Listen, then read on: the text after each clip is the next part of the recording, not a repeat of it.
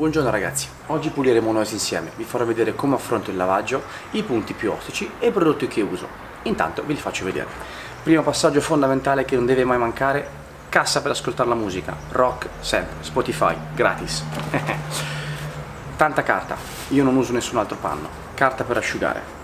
Per le gomme utilizzo Mafra. Ottimo perché toglie qualsiasi segno di sporco, soprattutto nella gomma posteriore dove ci sono gli scarichi, quindi i gas di scarico. Per quanto riguarda le scritte colorate sui cerchioni, non preoccupatevi, non è così corrosivo. Hanno iniziato ad andare via sulle mie gomme a 22.000 km. Oggi non posso farvelo vedere perché le gomme hanno sino a 250 km e ancora devo ricolorare le scritte. Per quanto riguarda il gruppo motore, utilizzo silicone spray. Anche il VD40 può andare bene. Crea una patina che mantiene pulito il motore e soprattutto lo protegge anche, sempre per quanto riguarda la pulizia, per le prime 2-3 giornate di pioggia. Ultimo passaggio, non uso idropulitrici, ma uso semplicemente un tubo per annaffiare le piante per quanto riguarda l'acqua. Un getto un pochino più forte, non punto mai su zone sensibili direttamente in maniera forte.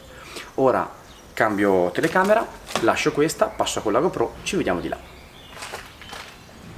Scusate per questo piccolo alien che mi esce dal torace, ma mi serve per far vedere nei close up a un certo punto quando farò il lavaggio più dettagliato.